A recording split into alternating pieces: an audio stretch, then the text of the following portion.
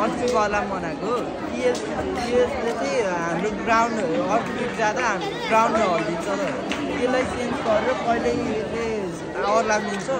अनि यसले गर्दा चाहिँ हामी मान्छेहरू त भाग्न सक्दैनौँ थाहा पाउँथ्यौँ अर्थक्वेक आयो भनेर एनिमलहरूलाई पनि बचाउन सकिँदैन गर्दा अनि नेपालमा चाहिँ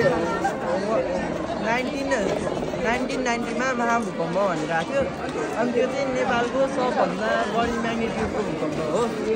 अनि 2000 त्यो भूकम्प चाहिँ 8.1 म्याग्निट्युडको थियो अनि अर्को चाहिँ नेपालको सेकेन्ड हाइएस्ट भूकम्प गएको चाहिँ 2072मा हो अनि त्यसमा चाहिँ 7.3 को म्याग्निट्युडको भूकम्प गएको थियो अनि वर्ल्डमा चाहिँ सबभन्दा बढी भूकम्प जाने देश जापान हो जापानमा नि यसमा नै अलार्महरू धेरै ठाउँमा राखिदिएको हुन्छ त्यो थाहा पाउनलाई किनकि त्यहाँ लगभग हरेक हप्ता पछि भूकम्प आइराख्ने हुन्छ मेकानिजम के हो यो बजार भयो अनि बजारलाई चाहिँ हामीले यो पहिला ब्याट्री भयो ब्याट्रीले चाहिँ हामीले यो कभर वायर हो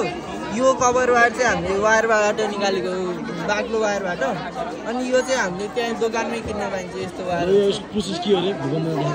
भूकम्प जाँदाखेरि यो हल्लिने बित्तिकै ग्राउन्डको अलिकति मुभमेन्ट हुने बित्तिकै थाहा भयो सेन्स गरिहाल्छ अनि अलार्म